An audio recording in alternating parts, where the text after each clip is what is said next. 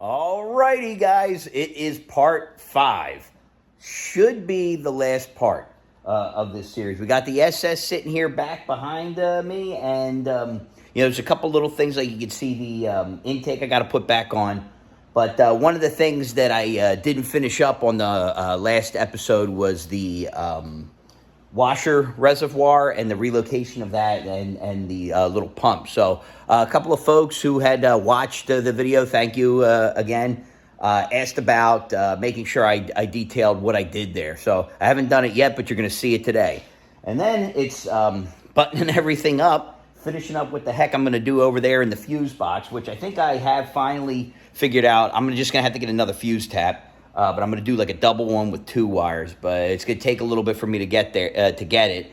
But yeah, that's all I'm going to end up doing there. And then it's a matter of running the, pulling the tune, sending it to Derek, and having him make the updates. Believe it or not, the laptop that I said wasn't working, or probably wouldn't work because it hasn't been fired up in a year, fired right up. So I cleaned it up last night, did some file cleanup, and we're just about ready to rock, guys. So enough yapping. Let's get down to business.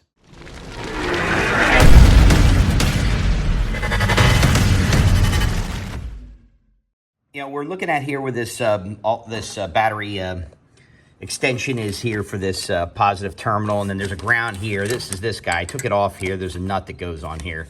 I'm going to cut both these guys flush, and then I'm going to touch it up here. It's all scraped up, obviously, because I'm an idiot, and I'm trying to, figure out how to cut these off. So I got cut-off wheels. I'm going to get these out of the way. And then I'm going to cut them flush, and I think I'm going to mount a stud roughly there because I'm kind of doing some calibrated eyeballing, and you can't really see it too well here, but there's a hole down here and just a little bit forward of that. And I'll take a measurement to try to figure out roughly what it is. We should be able to pop a hole in it. And if we can pop the hole there, I can get a right angle bit in there. I should be able to drill straight through, and then that's where it'll mount in the lower spot, and then we'll slip above the part like there. So I'm going to cut those studs down first, so that's why the trash bags and everything are all over, so I can kind of protect the things a little bit. And then we'll see where we need to pop the hole. All right, so sorry I'm blowing you out here with this flashlight here. I'll turn it a little bit. So I drilled the hole here, and that accepts the number 6, M6, and that comes up through like so.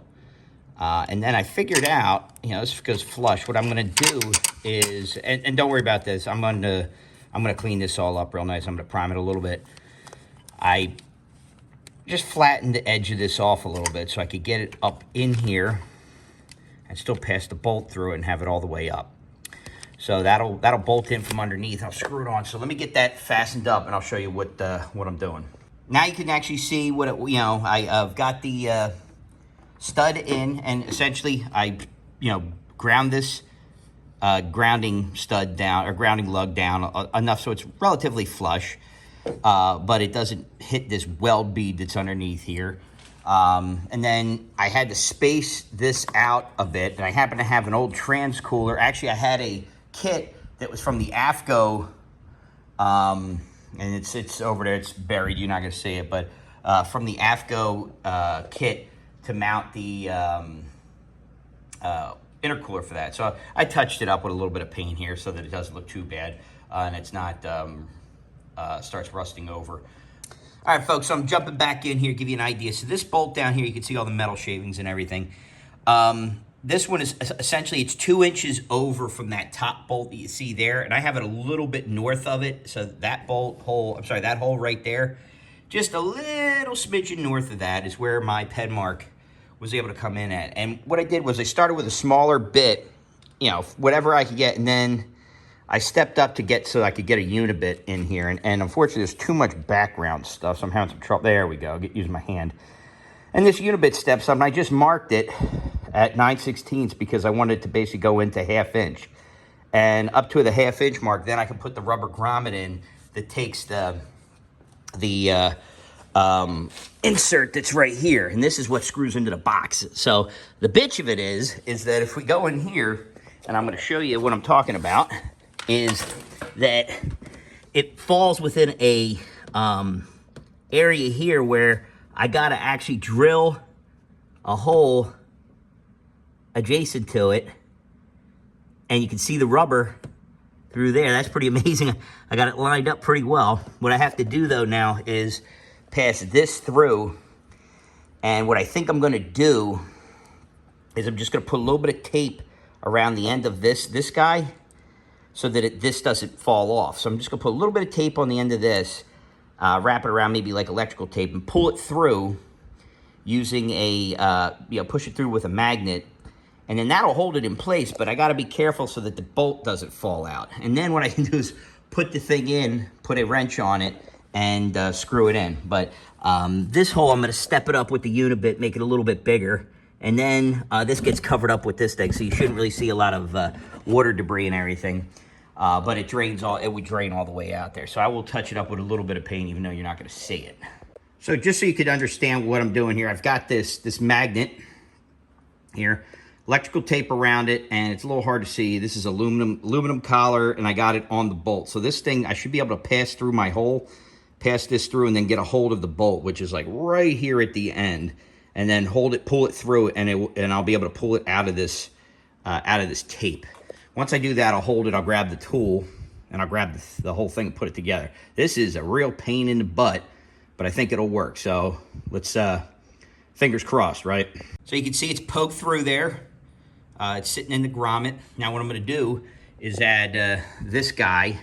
I'm gonna push that over there while holding the, because I can get my hand back behind here, and you can kind of see, and I don't know if you can see it really well, but it's, I'm gonna turn this light there. You can see the Allen wrench right there sticking out. So that's perfect for my hand. What we're gonna do is get this guy positioned. First, I'm going to vacuum off everything, and then we'll get it repositioned, drop it in, and I'll show you the results. All righty. Okay, I'm pretty happy with this. The only thing it's definitely going to suck is doing plugs on this side, but I think I can still get my arm in there. I can definitely get to the front one, no problem. Number one. Number three, it might be a bit of a hemorrhoid. 4 is no worse than it always is, or I'm sorry, 5, and then 7 sucks as usual. But overall happy. Mounted in really good, very sturdy. It's got the rubber insulator there, rubber insulator on here. I ran the line coinciding with where my bracket was in here, zip tied it.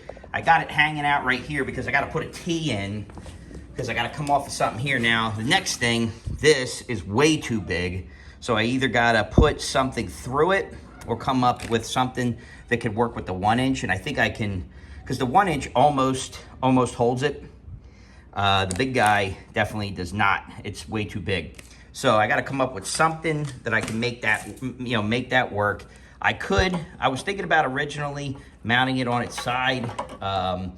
And let me see if I can get it over there. Like doing something like this and mounting it here and running it in some way. Haven't really figured that out yet. I think what I'm gonna do is mount it low, back kind of inside there where they recommend doing it. There is a bolt hole on this thing where I think I could run it through.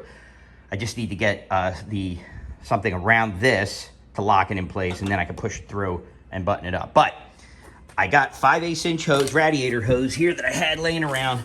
You're gonna use that for this, and then I just gotta bring it down to like whatever the hell this is. So this is, itty bitty, and I think it's a 1/4" barb, maybe, is what I think it is.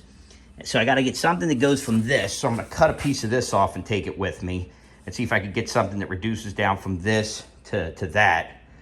And then I'll be able to, button this up. But goddamn, we're making progress. I'm effectively done up in here. I could put the intake in if I really wanted to at this point, and I probably will do that because I got to bolt the mass airflow sensor in anyway. So we'll keep trucking, guys. Wanted to do a quick rundown. I've got a 1-inch cable clamp type of thing. I ended up going with a 1/4 bolt. There's a spot there that I'm going to mount it that I think it should fit, and I'll be able to point it this way. I'm going to take a little piece of the 5/8. I'll be able to muscle that on there.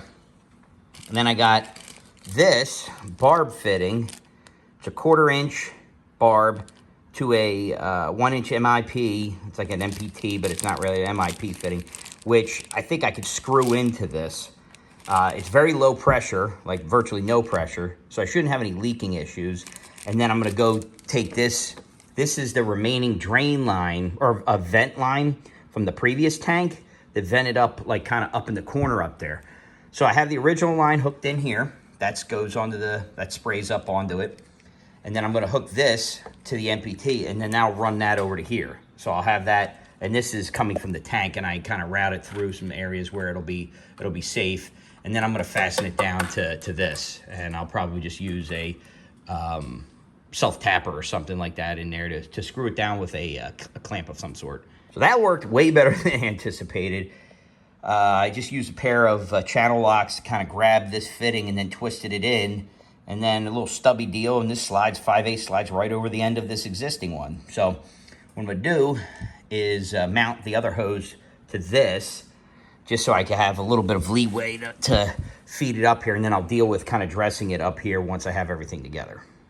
All right, so this is all mounted in. I got it here. It's on an angle. I have no idea whether this is gonna work or not. I really don't. I have it pointed down, and it's down quite a bit, so I have no idea if this is gonna be enough pressure for this thing to be able to fill up and squirt, but we'll see.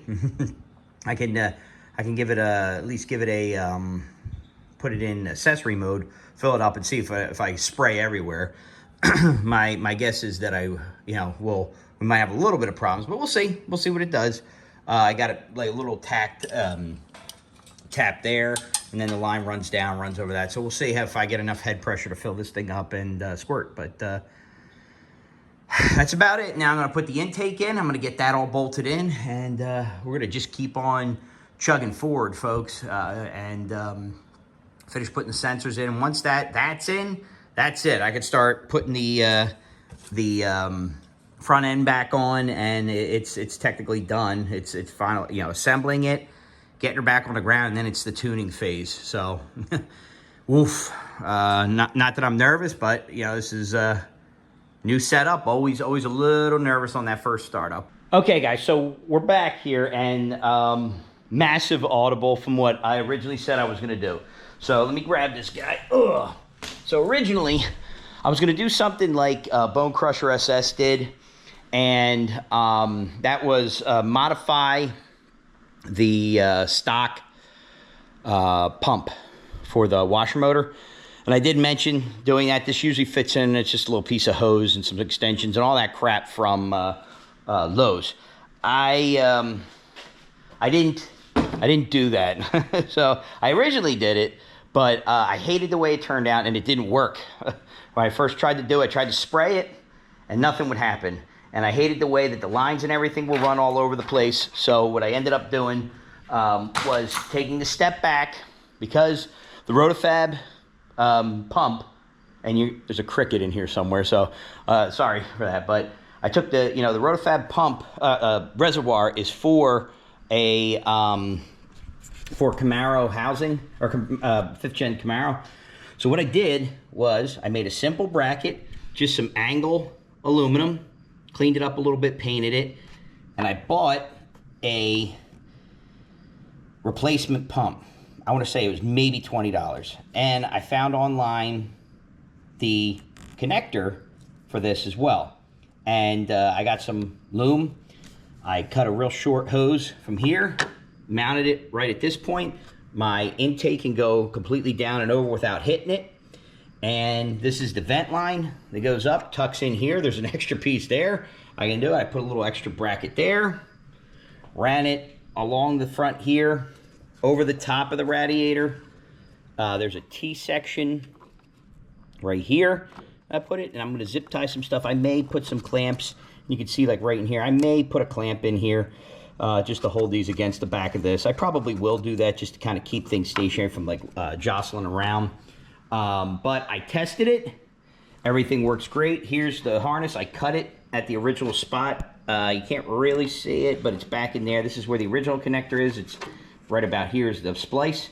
Spliced it here, ran the wiring along the front, just drilled in here, put some nice loom on it, went under, down, and ran the cord up and underneath. I already have my bracket down there, So it's super straightforward. And the RotoFab kit gives you this bracket and this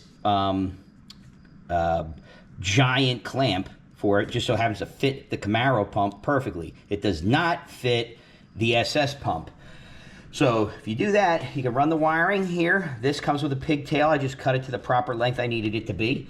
It sets up beautifully for what I want to do. And what I may end up doing is taking this off, pull the two pins, and put some shrink tubing on here because I really don't like the way that the electrical tape looks, even though I've seen that in a couple other spots. But I am really, really happy with how this turned out. So a couple things I'm not sure I mentioned. You do have to, there's a bolt right on the back of this guy back in here that you have to loosen. A ratcheting wrench, a number 10 ratcheting wrench is definitely your best friend there. You just want to space it out. I came up with a simple spacer. There was 2 of them that I had that I used to just back the thing up enough, and then this slides right over top of it. This is really sturdy. I got this, you can see, I got it ridiculously high right now. So I'm gonna, and I tested it and it works. So yes, so very happy with that. And it looks a lot nicer too. Like before, it looked like absolute dog shit. So now I've got that all together, and I wanted to mention in here what I ended up doing, and I'm gonna hate myself for doing this because this was a pain in the ass to get this to sit right, but I'm gonna not move this and hopefully this will go back together. I used a double fuse tap. So, and I'm gonna see if we can get a good shot of this right here. You should hopefully be able to see that. That is a double fuse tap, and they put the 10 amp on the bottom, and then I put 2 5 ampers here, because both of these just run a similar set of relays. And this is, I just mounted it in the same spot where I had the original setup for the whatchamacallits, this was the aux pump stuff that I put here. So my plan is to not use the aux pump for this. So we'll see, fingers crossed, but it fits in beautifully. It covers up nice. Let's see if I can actually get it to go on again. Sorry for being a little bumpy here. Oh, nailed it. Nice. So it's clean. I'm happy. I did a quick test of it. Pump goes on for the intercooler system, the cooler. Everything's good. I have no leaks anymore. So I'm like, really, I'm kind of pumped about that. That looks good there. Is that leaking? I can't tell if that's leaking or not. I can't tell if that's leaking. But we'll see. But overall, guys, that is it. Now, here's, with all like the good news, there's always bad news. So let me just pause for a second. I'll get it out. Actually, you know what? Let's do a quick walk over here. This I'm going to be cleaning once I kind of get this thing sorted out. So this is a super cheap CTSV intake, and I got tools laying all over. So just forgive me here. I'm going to put this in. Super cheap, mounts freaking perfectly in here.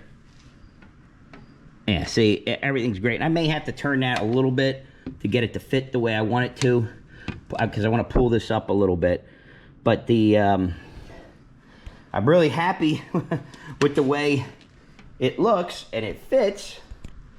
But the damn inserts for the, and I'm going to take this off again, my apologies. Inserts for the mass airflow sensor spinning. It looks like they got some resin in the holes. So these guys, once I tried to put some bolts in it, they spun loose. So basically, I got to now figure out how I'm going to unscrew that, which really, really sucks.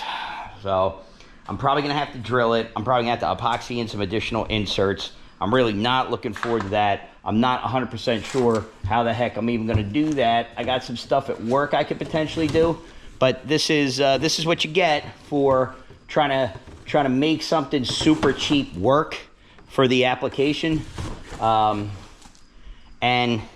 it could work.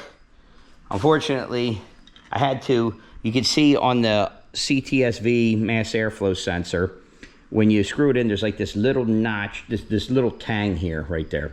I had to open it up to make that fit, but the hardware did not work. So that's a real Real bummer. So now I'm going to have to kind of figure out what the heck I'm going to do there. I'm going to see if I can maybe like swage in some inserts or something.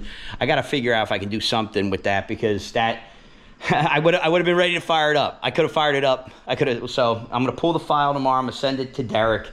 And then I'm going to put this all together, and I'm going to try to figure that out, because essentially at this point, this is all done. Like, there's nothing else I got to do here for this. This is done. I can start putting everything back together, which is great, because I got to give Steve back the little caps that go in the frame rail pads for the jacks. So I can get that all together, get it on the ground, and just deal with this stuff up front. But overall, man, it's awesome. I would like to fire it up, though, before I put it down on the ground, just to kind of test things. But overall, things are sitting nice. I'll get the bumper back on, and we'll be gravy, guys. So